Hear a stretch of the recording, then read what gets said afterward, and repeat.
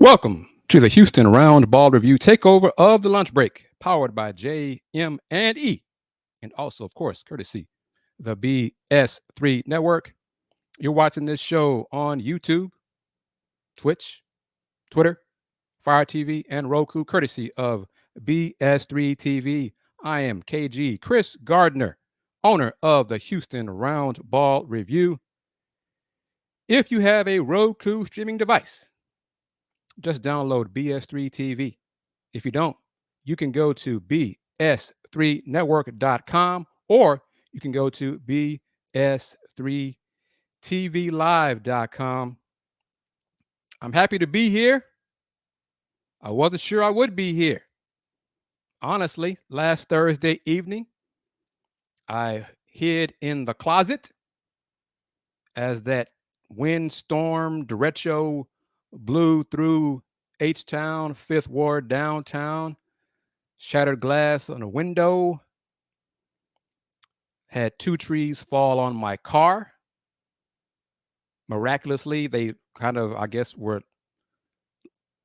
laid on my car somehow. I couldn't see my car when I looked outside the house, the door. Car was covered with trees and branches, but no glass was broken, no windshields were broken, anything like that. Trees fell on landed on the roof, landed in the front yard, landed in the street, blocked the street. My neighbor had a tree go through their roof, tree branch, tree limb, whatever it is, branch, limb, whatever the biggest part is of a tree. So we spent all Friday removing debris, removing the branches off my car. Kudos and salute and thankful for her grandkids for coming through and using hand saws to remove the branches and limbs off my car. The roof of the car is damaged. Had a down power line. Now check this out. I'm going to talk sports momentarily. Had a down power line over my driveway. So over the car. The ground wire was broken, so it's disconnection. I reported it, do what I was supposed to do. Down the power line now. No, that's dangerous, right? That's they tell citizens. It's dangerous. Call and report it, and we'll do our part to make it a safe area. Utility folks came out Saturday, looked at it, and kept on going. They looked at it. Ironically, power was restored Saturday evening, but because I had a down power line, I did not have full power in my house. Only had one working outlet. So I had to use that one working outlet to charge my phone because that was my cell phone, smartphone, whatever it is. That was my only source of communication with the outside world. Think about that. Still had the down power line. The down power line did not get fixed till Monday. So I had limited power in my house for 2 days. I know some folks still have no power. So I'm thankful to have power now. But man, oh man, it was something. Like I said, I hid in my closet, hearing the wind blowing, howling outside, shattering glass in the kitchen. Whew, it was something. Neighborhood is full of cut trees and tree stumps and tree limbs and branches curbside waiting to be picked up. And I still have tree limbs to cut. But enough about that situation. We'll get through it. This is the Houston Roundball Review Takeover, powered by JM&E, streaming live on Facebook, Twitter, Twitch, Fire TV, and of course on Roku via BS3 Network. Mr. Tran, how are you doing? Salute to you. I think you're still are you in California watching the show? I appreciate that. Rex 32, are you in H-Town, Rex? Hope you're doing well. Hope you're doing well. Doesn't really matter if you had damage, whatever you're here on the show. Hope you're doing well. So, going to talk Cougs first. That's how I typically start the takeover because I'm an alum. I'm a proud Houston Cougar alum. This news was announced or sent out within the hour. Pertains to Houston Cougars men's basketball. Houston Cougars men's basketball season ticket holders can take their first steps toward the 2024-25 season when the renewal process begins at 10 a.m. on Tuesday, May 28th. So, Rex, I don't know if you are a season ticket holder. You have been notified. There you go. He says right there with the wrong whoop whoop, because that's Aggie kind of talk there, Rex, but that's okay. One of my friends will be glad you did that. The whoop, was it whoop, one whoop, whatever. But more about it. To renew their season tickets, season ticket holders can call the Athletics ticket office at 713-GO-COUGS, 713-462-6647 on Tuesday morning. Once again, that number, 713-462-6647. Once the season ticket renewal process has completed, any available open seats will be filled through the season ticket wait list. That's the good news from Houston Cougars Athletics. The next slide is going to be a reminder of bad news. And as far as I know, nothing has changed.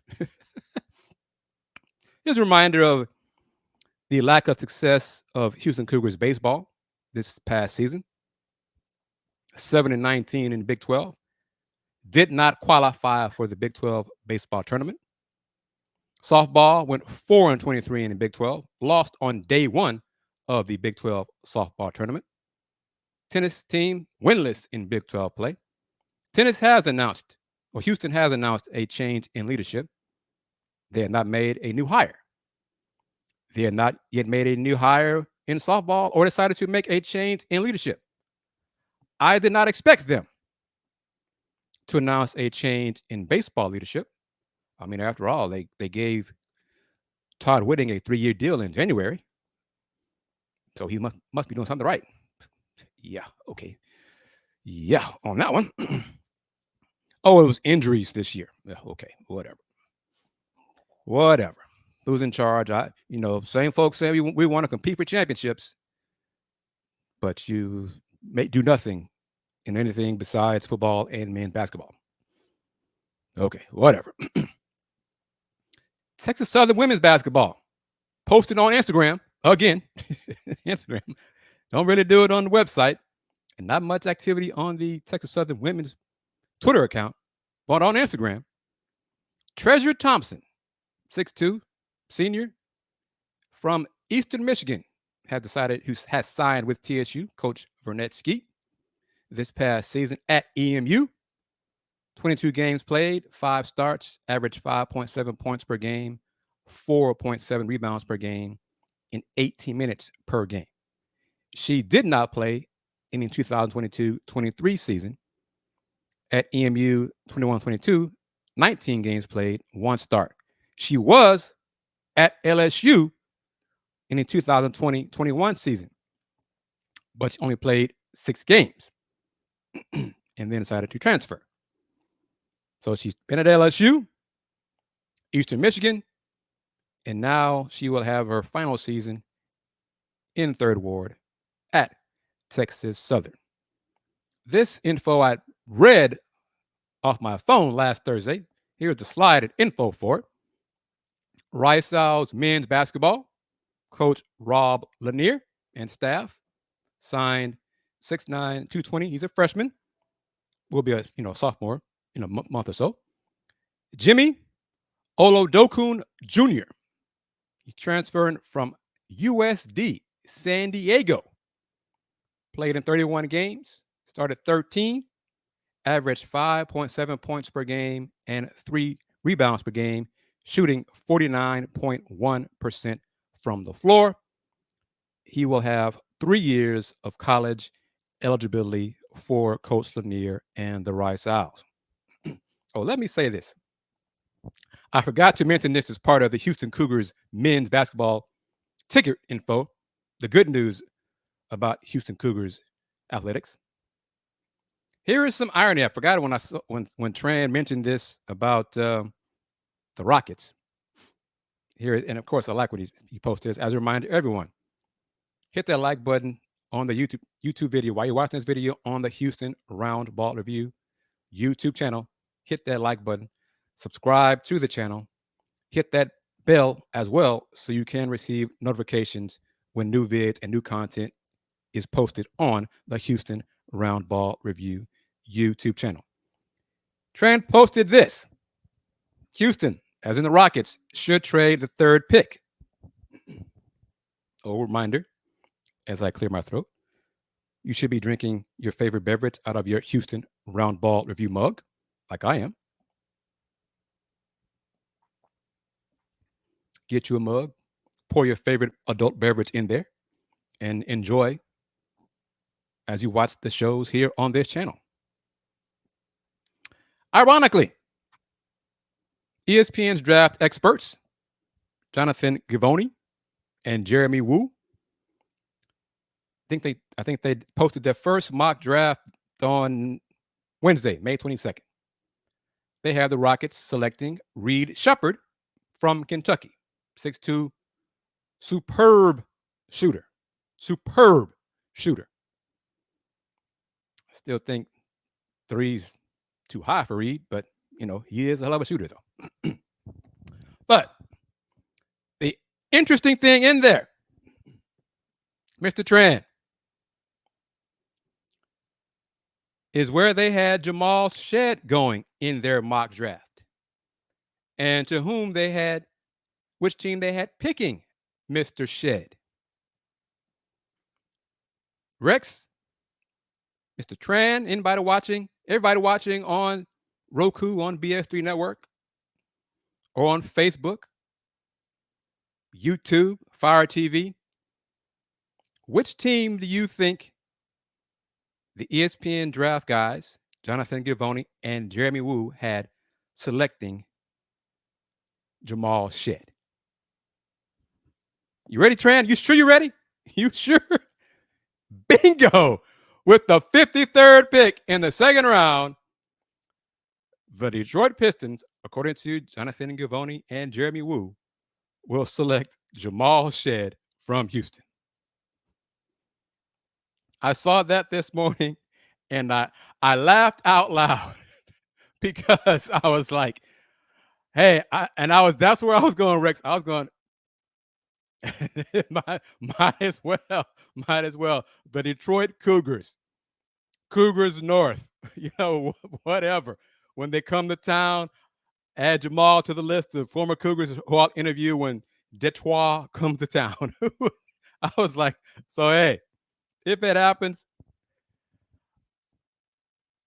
I'm good. You'd be good. I'd be good with it in a sense, but not good with it in this sense because of the piss poor job Monty Williams did last season coaching the Pistons.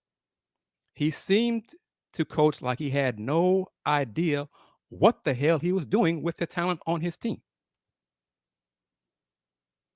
So hopefully, I didn't think about that, but I think that's not likely. I'll put it like that, not likely.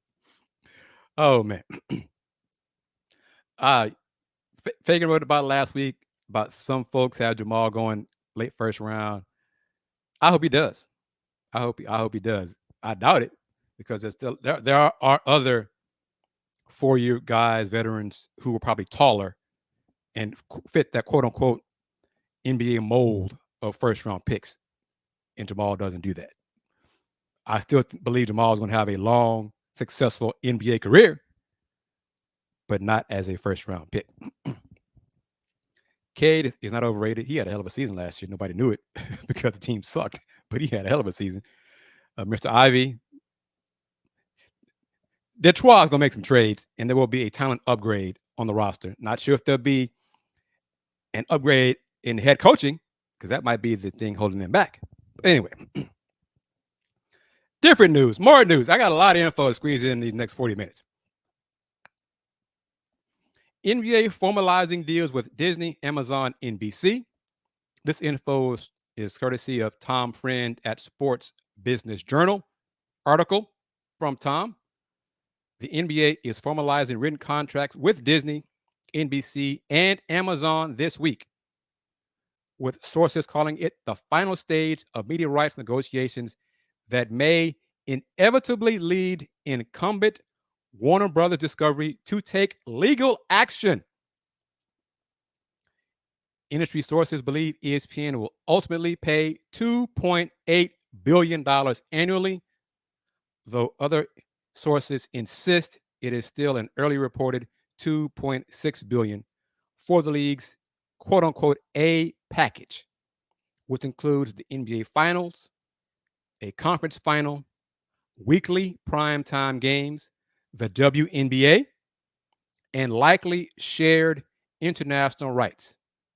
NBC's proposed B package is believed to be worth between $2.5 billion and $2.6 billion annually, and would probably include a basketball night in America or Sunday night basketball following the NFL season. A total of 2 primetime windows. That's a key right there. Keep that in mind. A total of 2 primetime windows a week, conference semifinals, and a conference final. Amazon's deal is believed to be worth between $1.8 billion and $2 billion, and will likely include the Emirate. Now, just forget that. They don't pay me. In-season tournament, the play-in tournament, first-round playoff games, the WNBA, and international rights. The final tweaks are expected to be finalized in the coming days or week, at which time sources said all 3 networks will go to their respective leadership groups to have their contracts approved. At that point, sources said the league will take NBC's contract to WBD, Warner Brothers Discovery, to see if WBD CEO David Zaslav is able to match it in quote unquote total value. That's a key phrase. Considering WBD is $40 billion in debt and does not have the over-the-air infrastructure of NBC, sources believe WBD would need to pay more than $2.6 billion to match the deal, and that NBC's overall bid could be structured in a way, for example, multiple weekly over-the-air games that makes it virtually impossible for WBD to equal. Sources said Zaslav would then essentially have 3 choices: pass on the NBA, drastically overpay for the B package, or take the NBA to court over the definition of a match. Rex 32 with a question here. I wonder which network is going to hire Shaq and Chuck for their pre and post game show. That's the question a lot of folks are wondering, including the two of them. If Zaslav decides to sue the NBA, sources said the league will contend a match is not dollar for dollar, and that specifically a match would need to include the same ad revenue, broadcast windows, etc. Something WBD apparently disagrees with. Duh. Sources said the NBA is prepping its lawyers for a possible inquisition or lawsuit. Boy, I should have gone to law school. It is also becoming clearer how WBD reached this perilous point in negotiations. During Disney's and WBD's exclusive negotiating window from mid-March to April 22nd, industry sources said Disney was firm about not letting the A package go on the open market. So it purportedly doubled or came close to doubling its old rights fee of $1.4 billion annually to $2.8 billion. But those same sources said Zaslav, and get this is awful, whose company paid $1.2 billion for NBA media rights a decade ago, believed he would only have to pay between $1.8 billion and $2.1 billion to retain the B package this time around, and refused to double to $2.4 billion. That is why the bidding ventured into the marketplace and why NBC leaped in. If WBD does in fact lose the NBA, 2024-25 will be its final season under the current deal.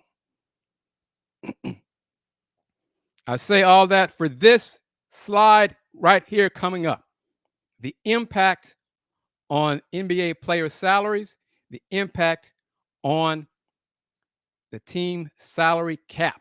This is courtesy of Keith Smith, who knows his sports, knows his stuff, knows his stats, the salary cap, etc.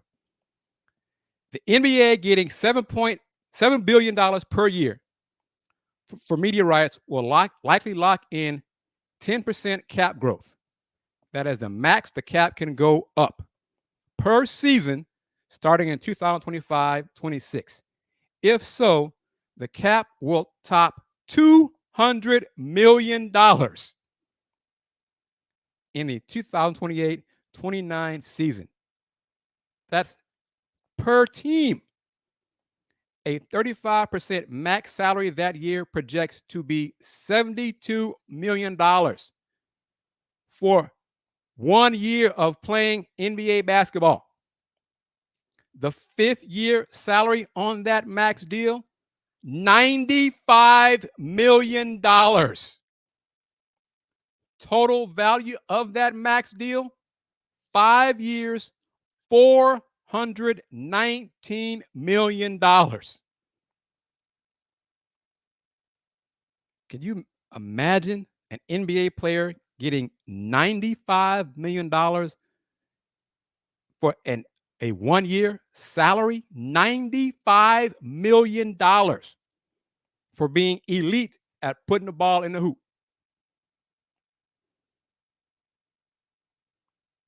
Right there. Rec 32. Sheesh. Let me dust off these hooping shoes. I'm trying to be the last off the bench. I mean, think about it. I was born way too early. Think about that. $95 million in a year. In a year. CA37, welcome to this edition of the Roundball Review Takeover of the Lunch Break, powered by JM&E. So that's why I continue to mention the NBA media rights talk, discussions, negotiations, because of the impact on the salary cap and the players' salaries. Look at that. The cap will be $200 million. And you know teams are going to go over it with the exceptions and all that other stuff. Think about that. Wow. Whew. All right. More stuff to get into because I want to try to get into, squeeze in news about the private equity impact possibly invading or coming to college athletics as well. But earlier Thursday, the WNBA made it official. What had been reported, 10 days ago? It's now official. The WNBA announced today that it has expanded to Canada, by awarding Toronto an expansion team, the league's first outside the United States. The new team will begin play in the 26th season as the WNBA's 14th franchise. The team will be owned, blah, blah, blah, blah. That I got more to say. There's a quote from Commissioner Kathy Engelbert.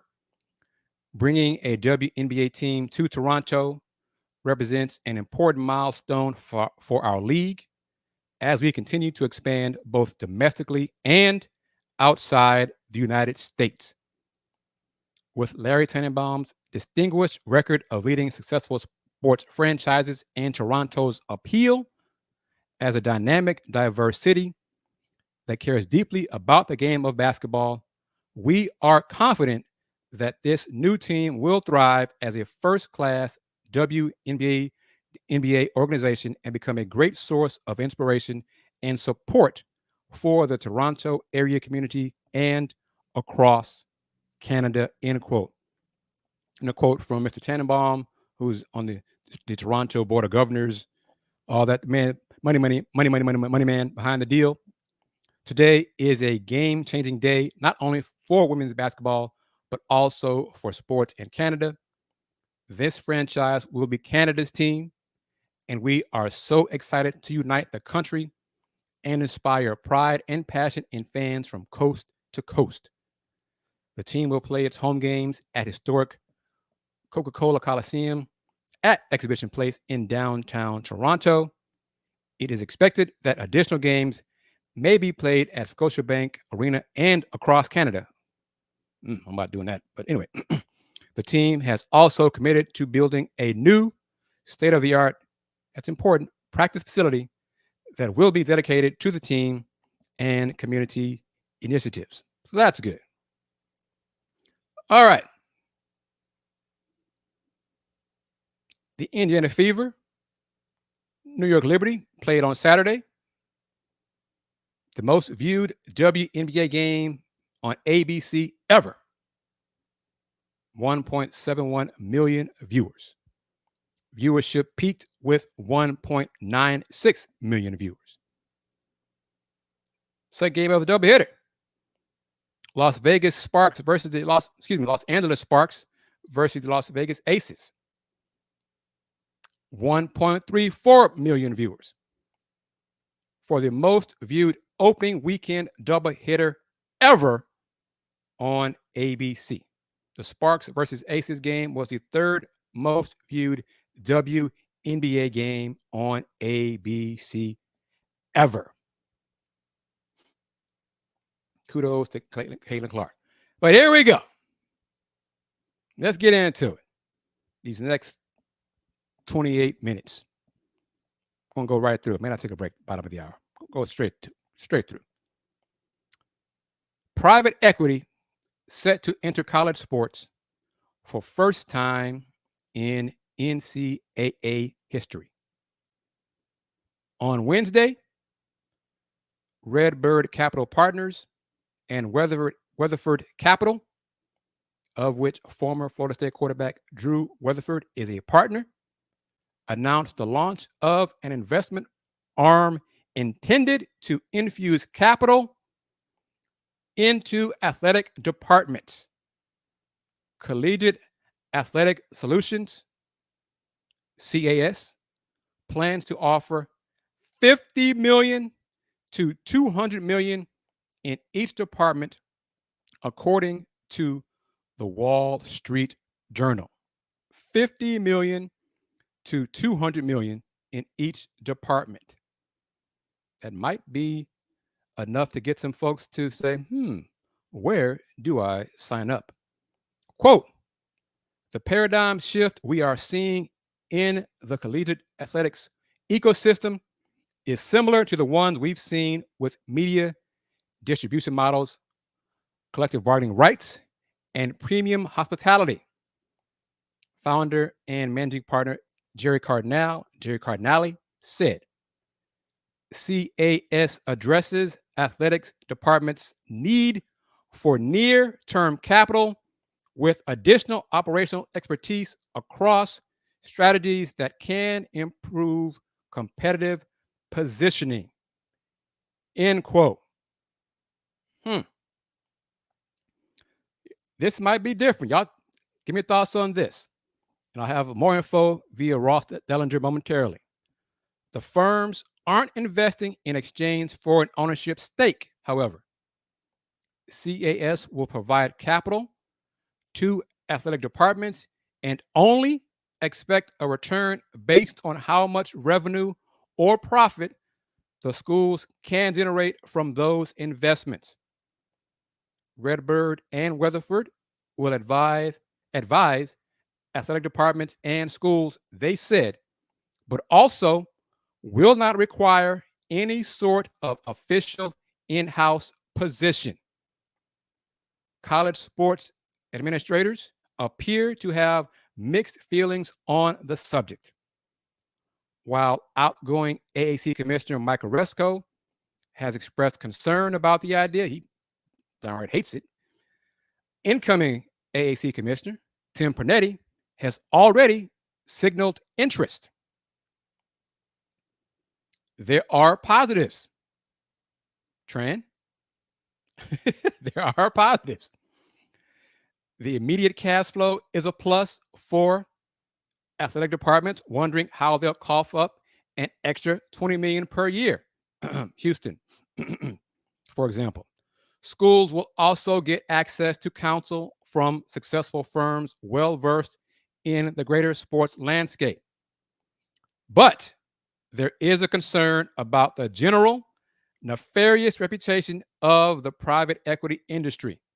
Quote, go look at Red Lobster, end quote, said one industry source, referring to the once popular restaurant chain that filed for bankruptcy this week, a decade after being purchased by a private equity firm.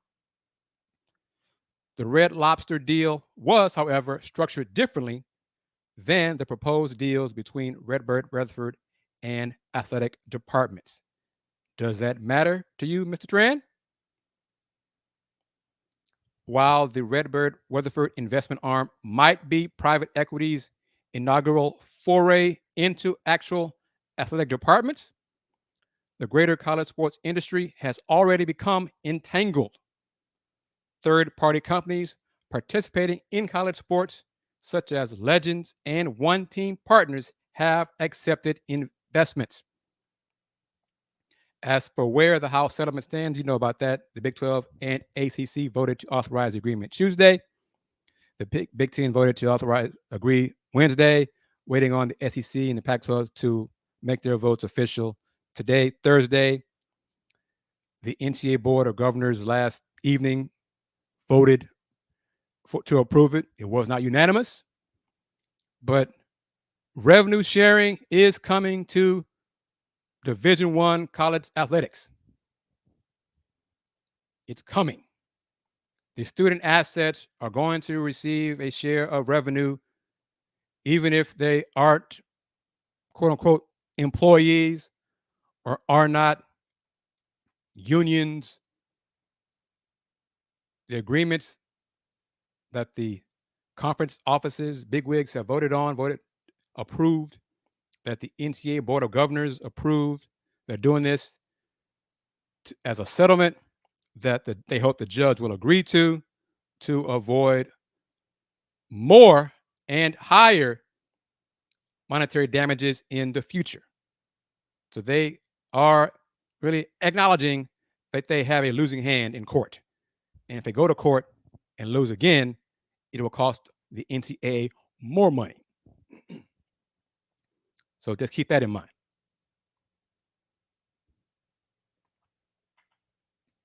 Now, more info from a man, Ross Dellinger. College administrators are bracing for the new reality of sharing revenue directly with athletes as part of the terms of the House settlement agreement. While the NCAA and schools will pay $2.8 billion in back damages, they have also agreed to a future player revenue sharing model with a quasi salary cap. Keep that in mind, salary cap of as much as $22 million annually per school. How are the Cougs going to handle this, Mr. Tran? Rex 32, CA 37, those alums who are watching on Facebook and Twitter, Twitch, Fire TV, and Roku via the BS3 network. Most power conference leaders are expecting to spend as much as $30 million in new revenue annually when considering the revenue sharing cap, plus a reduction in NCAA distribution for the back damages and the addition of new scholarships in a model that, to some degree, removes financial aid limitations. That's $300 million in new money over the duration of the 10-year settlement term. It's why over the past 2 weeks, especially, Weatherford's phone has buzzed more than normal. As part of the Collegiate Athletics Solutions Platform, CAS, Weatherford and Cardinal are seeking 5 to 10 programs to invest in. I love how he phrases this. Invest in as little as $50 million and as much as $200 million. They are in, quote, deep conversations, in quote, with a, quote, handful, in quote, of programs, though Weatherford declined to identify or discuss specific schools. At least 3 Power Conference school athletic directors confirmed to Yahoo Sports that they have spoken deeply with Weatherford and Cardinale about a partnership. They declined to reveal their identity as the deals have not been finalized. Visionary, because that's referenced shortly here in these slides. Quote, if you want to compete at this level, private equity and capital is really important, one AD said. I've been talking to these people for 10 to 12 months. I haven't pulled the trigger, but is this what you are going to need to be successful and survive? Yes, it is. End quote from the athletic director. Redbird's independent content studio. This pertains to the Cougs directly. Ever wonder is operating the new in-season 8-team men's college basketball tournament based in Las Vegas, Thanksgiving week. Not over the weekend, it's Thanksgiving week. That is the Players Era Festival. The tournament is expected to pay participating teams up to $2 million in NIL deals. And if you haven't already, make sure you check out my conversation with Matt Nolander from CBS Sports.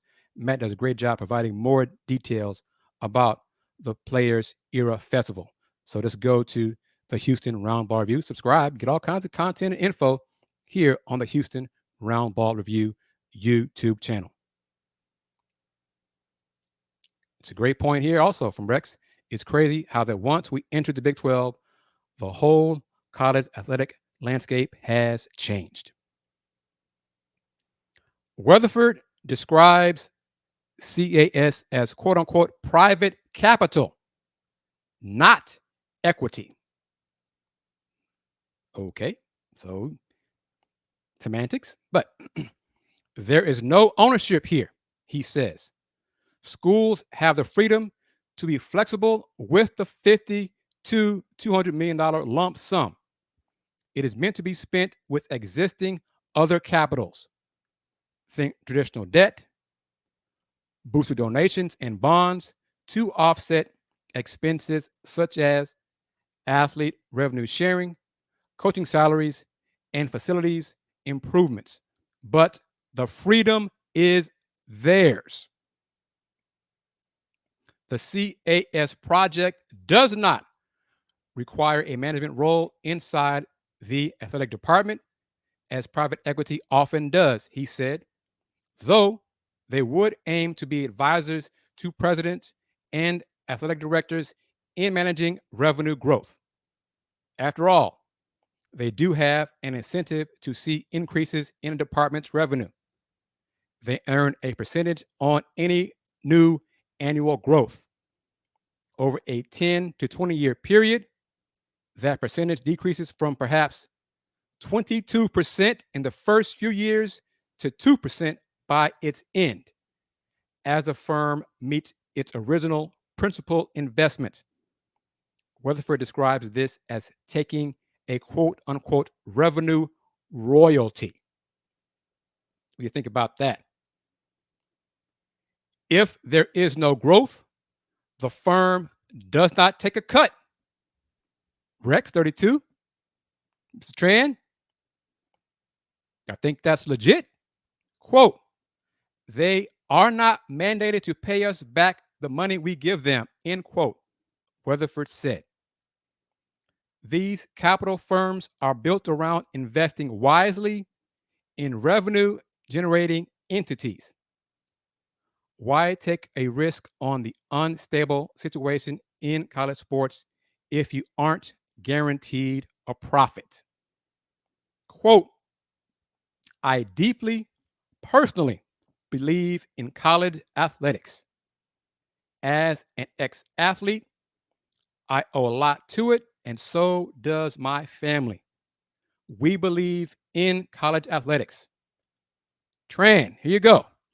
I don't like the fact that 10 to 15 teams have a chance to win a national title every year. I'd like that to be 40 to 50. It's not a level playing field. Not everyone has the resources to compete. End quote. New revenue streams are more important than ever for college athletic departments that, through the years, have saved little to no money in reserves. Most athletic departments use profit from their one true revenue generating sport, football, to subsidize the rest of the department. That means funding money losing Olympic sports and paying for football expenses.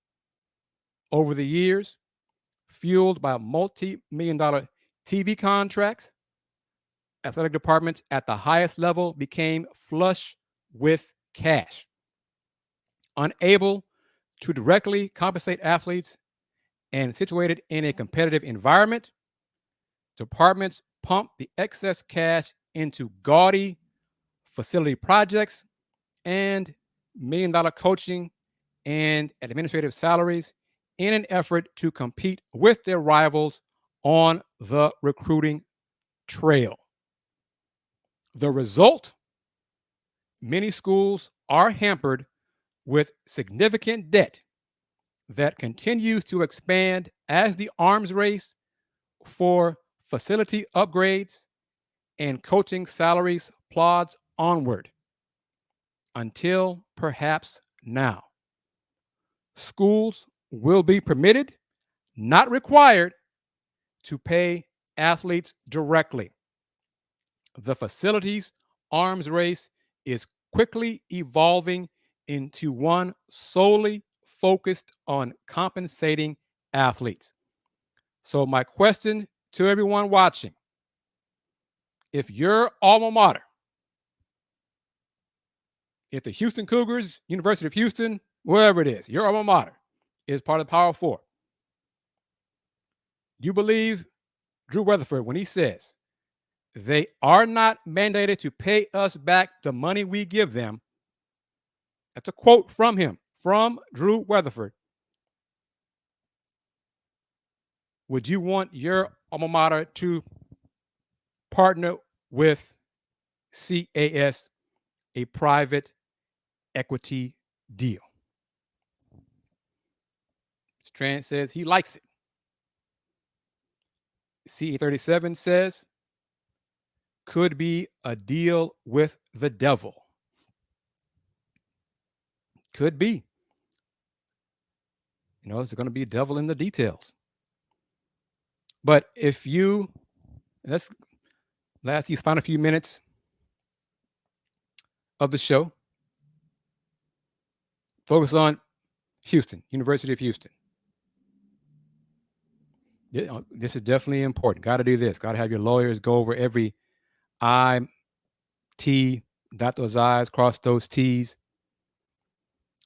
Because if Houston is having financial problems that limit its ability to fire unsuccessful head coaches, if that is the reason that baseball, softball, and women's basketball has seen no change in leadership, where is this new revenue going to come from?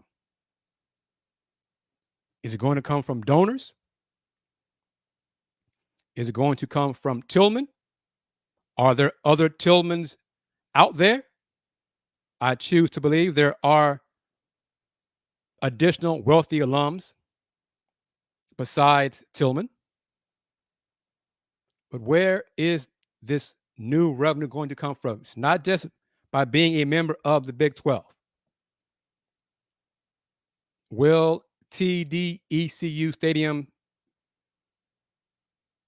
be sold out for football home games? Will the football season ticket base swell to 15,000, 20,000 season ticket holders every year? That's revenue for athletics. Is that likely with head coach Willie Fritz in charge? Is that going to happen? If it doesn't happen, where is this new revenue going to come from? I'm not saying Houston should partner with CAS. Texas Tech is one of the universities that has been mentioned to have been in discussions with CAS. That's the one that's been made public. But I'm asking you guys and ladies, where is this new revenue going to come from for schools like the University of Houston to pay the student assets? They keep saying student athletes. I say student assets. This share of revenue, this $17 to $22 million annually for the next 10 years. I don't have that kind of money. I'd like to know folks and work with folks who do have that kind of money to support the Houston Roundball Review for sure. I'll say this. I choose to believe this because this is accurate.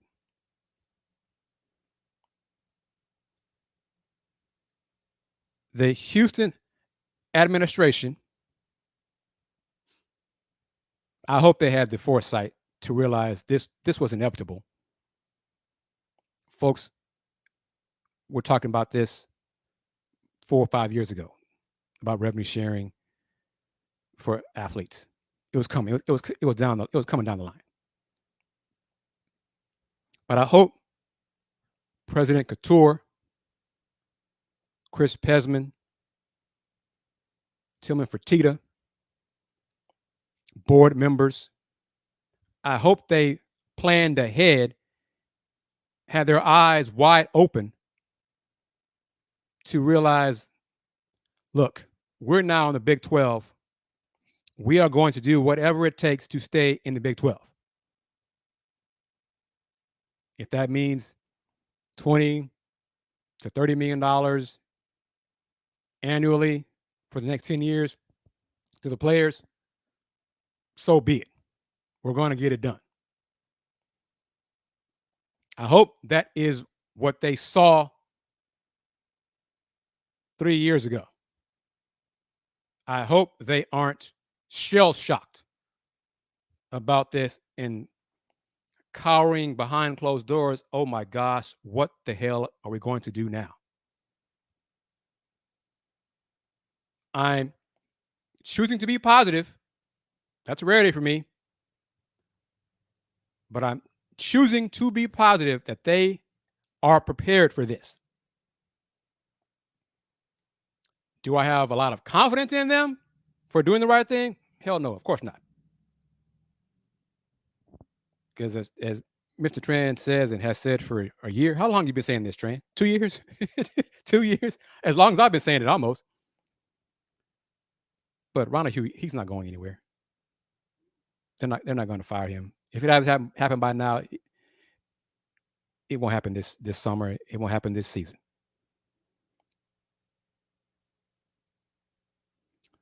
But as Rex says, they should have a goal of being the top school of the conference. Yes. I mean, that's their stated goal. They talk it. They have not walked it. Coach Willie Fritz, I believe, is the right person in charge of football. It took them 2 years too long to realize it, that they had the wrong person in charge for football. But Coach Fritz will right the sinking ship of Houston Cougars football. I have no hope for Houston Cougars baseball, Houston Cougars women's basketball, Houston Cougars softball. At least golf teams, men and women's teams, made the first round of the NCAA tournament. But this money deal, this revenue sharing, it's happening. It's going to start next summer.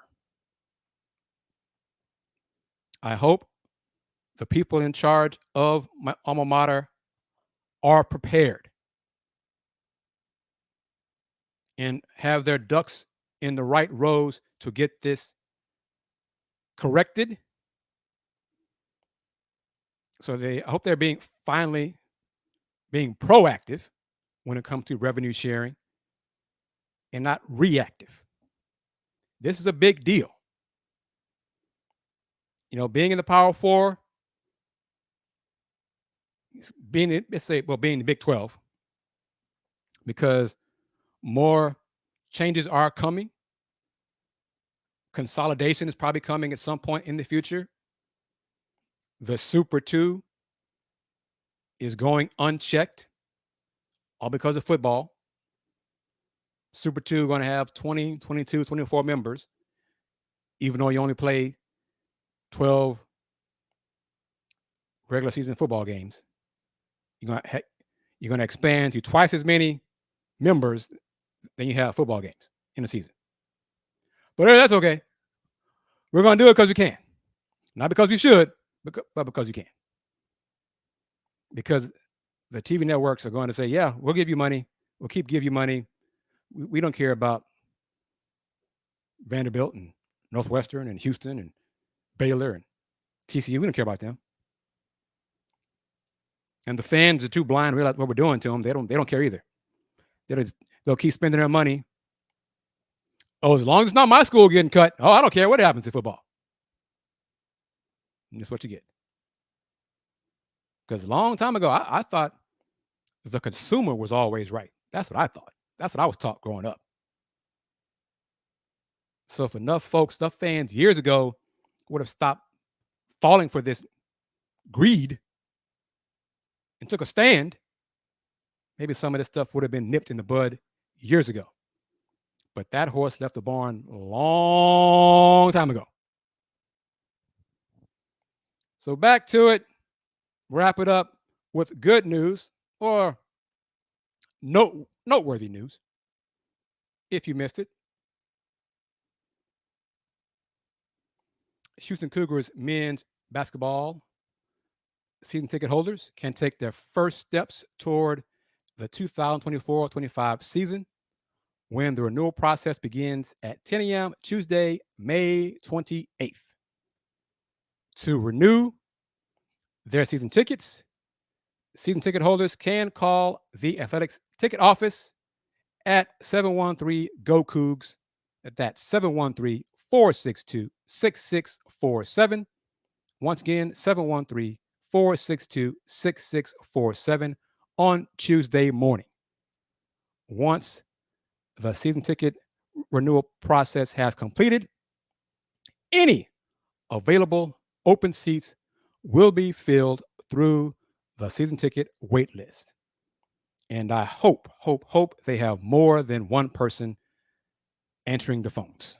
I hope they are ready and preparing. Please be proactive and have enough people to handle the phone calls coming your way Tuesday, May 28th at 10 a.m. Please, please, please. That'll wrap it up for this edition of the Houston Roundball Review takeover of the lunch break here on Throwback Thursday, powered by JM&E. Show was streaming live, is streaming live on Facebook, on YouTube, on Twitter, on Twitch, on Fire TV, and of course on Roku, courtesy of BS3 Network, BS3 TV, changing the way you watch TV. I appreciate that, Mr. Tran. Thank you very much for chiming in. Thank you for your comments. Thank you for your questions. Rex32, thank you for your thumbs up. Reminder, as I close it out, ESPN draft experts, their mock draft dated May 22nd, had the Rockets selecting Reed Sheppard with the third pick. I think that'll be traded, but anyway. But with the 53rd pick in the 2024 NBA draft, the Detroit Pistons select Jamal Shead from the University of Houston. Wouldn't that be ironic? I am, of course, KG Chris Gardner, owner of the Houston Roundball Review.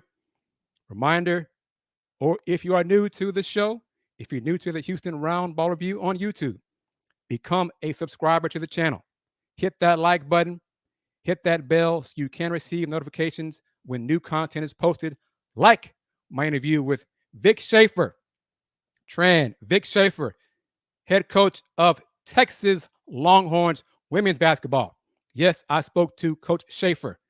I haven't spoken to someone locally, you know who that is, but I spoke to Coach Schaefer. Watch that conversation. Great time talking to Coach Schaefer. And as always, since 1994, the Houston Roundball Review. Local name, global perspective. Everyone, take care. Peace. It's Sybil Wilkes with what you need to know. Today is Thursday, May 23rd, 2024. Number 1, former President Donald Trump's social media site, Truth Social, posted a video of what could happen if Donald Trump is reelected with a hypothetical news headline referring to a new administration as a unified Reich. The term, which means realm, kingdom, or empire, is considered a reference to the Third Reich rule of Adolf Hitler in the 1930s. Vice President Kamala Harris was among the first to respond vociferously to the controversial post. A Trump campaign spokesperson said the video was not made by the campaign and was shared by a staffer. Number 2. Credit card delinquencies in the U.S. soared in Q1 of 2024 due to financial strain from rising prices and interest rates. Many users have reached their credit limits. Financial stress is unevenly spread. Nearly 20% of cardholders are heavily indebted and more likely to fall behind on payments. Younger people and those in low-income neighborhoods are especially vulnerable. Early pandemic spending limits and federal relief reduced credit card delinquencies. However, they now have returned to pre-pandemic levels. Number 3, a stroke is dangerous and deadly, but you can control and treat several of its risk factors. One of the factors is high blood pressure, a leading cause of stroke and the most significant controllable risk factor. Optimal blood pressure is less than 120/80. Smoking is another risk factor where the nicotine and carbon monoxide in cigarette smoke damage your heart and blood vessels, making you more susceptible to a stroke. Read more about how to prevent a stroke in today's health update. Number 4, our social justice contributor Coy Malone talks about her experiences voting this week in the local primaries in Georgia. Coy explains how paying close attention to all the signs on the ballot machine can save you from having a vote voided. Check out what happened to Coy in today's newsletter brought to you by Black Voters Matter. Number 5. As part of the What You Need to Know newsletter's ongoing series on mental health awareness in this Mental Health Awareness Month, in the Black community, we dive into the challenging decision of whether or not to take medications. Recent trends have shown the Black community more willing to get help for mental health challenges, but reluctant to take psychiatric medicines. These hesitations are not simply due to a lack of education, but fears about dealing with the medical system after generations of neglect, mistreatment, and abuse. Here's your daily inspiration from Yogi's Jewels. Positive energy can lead to a more fulfilling and balanced life filled with gratitude and contentment. Join me today live on YouTube and Facebook at 7 p.m. Eastern, 6 p.m. Central with our mental health and wellness contributor, Aprilette Russell, and it's Ms. Astrology Day. We'll discuss what's going on with you Gemini folks, along with top headlines. I'm Sybil Wilkes. Be informed, be empowered.